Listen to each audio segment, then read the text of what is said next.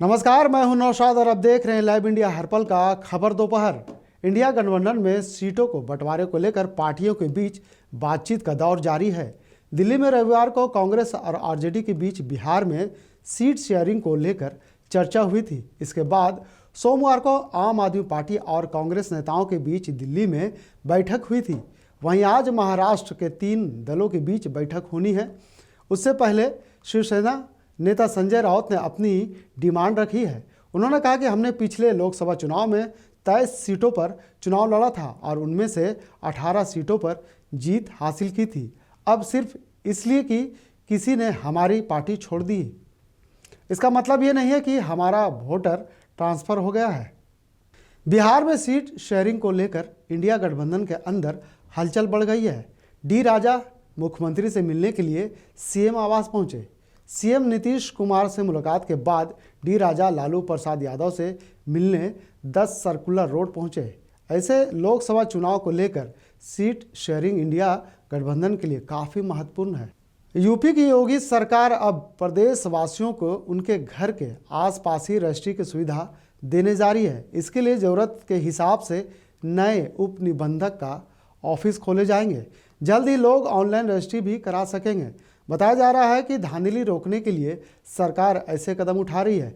फिलहाल डीएम की रिपोर्ट के आधार पर सीमाओं के नए सिरे से निर्धारण किया जा रहा है। स्टैम्प और रजिस्ट्रेशन विभाग ने इसके लिए तैयारियां भी शुरू कर दी है।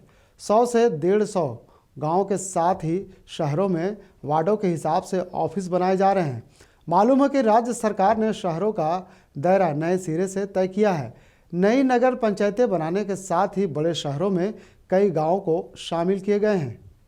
दुमका के बासुकीनाथ सहित सभी वार्डों में भाजपा कार्यकर्ता और आरएसएस कार्यकर्ता घर घर जाकर भगवान श्री राम के जन्मभूमि अयोध्या में बने नवनिर्मित मंदिर का प्राण प्रतिष्ठा को लेकर अक्षत और निमंत्रण पत्र दे रहे हैं। भाजपा कार्यकर्ता आशुतोष सिंह ने बताया कि राम भूमि अयोध्या में भगवान श्री राम के नवनिर्मित मंदिर का 22 जनवरी को शुभारंभ होना है। इसको लेकर घर घर जाकर निमंत्रण दिया गया। यह अभियान लगातार चल रहा है। इस अभियान में श्री राम के भक्त भी शामिल है कि 22 जनवरी 2024 को जो प्राण प्रतिष्ठा होना है अयोध्या में प्रभु श्री राम का, उसके निमित्त हम लोग गांव-गांव में घर घर जाके निमंत्रण पत्र दे रहे हैं और पूजित अक्षत दे रहे हैं, जिसके माध्यम से हम लोग लोगों को जागरूक भी कर रहे हैं कि कार्यक्रम के विषय में देखना है और 22 तारीख के बाद अयोध्या जाके प्रभु श्री राम का दर्शन करना है। इसी के निमित्त हम लोग गांव-गांव घर घर जाके भ्रमण कर रहे हैं। बोकारो जिले के पेटवार प्रखंड में कुहासे से जीवन हुआ अस्त व्यस्त। इतना गहरा कुहासा छाया हुआ है कि सामने का कुछ भी दिखाई नहीं पड़ रहा है। वहीं स्कूल जाने वाले छोटे छोटे बच्चों का कहना है कि कुहासा इतना गहरा है कि रोड तक दिखाई नहीं पड़ रहे हैं और ठंड भी ज़्यादा लग रही है।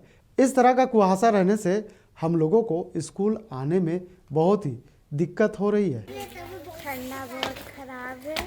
9 बजे स्कूल आए हैं, बहुत कुहासा है, इसलिए हम लोग देख नहीं पा रहे हैं। ठंडा कैसा है?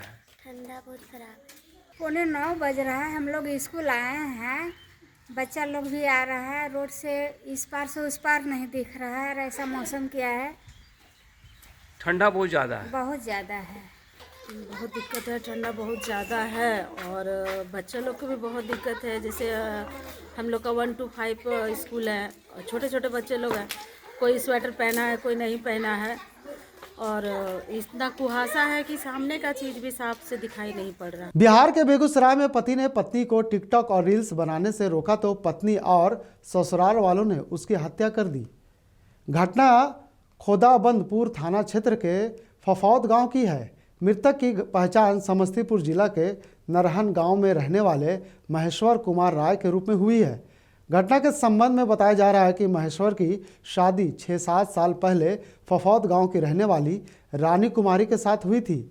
महेश्वर कोलकाता में मजदूरी करता था और हाल ही में घर आया था। पिछले कुछ दिनों से उसकी पत्नी रानी कुमारी टिकटॉक और इंस्टाग्राम पर काफ़ी वीडियो बनाती थी, जिसका महेश्वर विरोध करता था, लेकिन रानी अपने पति की बात मानने को तैयार नहीं थी।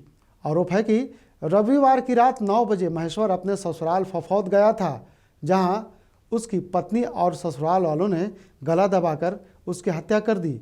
घटना की जानकारी रविवार की रात करीब 10:30 बजे तक लगी, जब महेश्वर को कोलकाता से भाई रुदल ने फ़ोन किया तो फ़ोन किसी दूसरे ने उठाया। तो फिलहाल इस बुलेटिन में इतना ही। मुझे दीजिए इजाज़त। नमस्कार। आप देखते रहें लाइव इंडिया हर पल।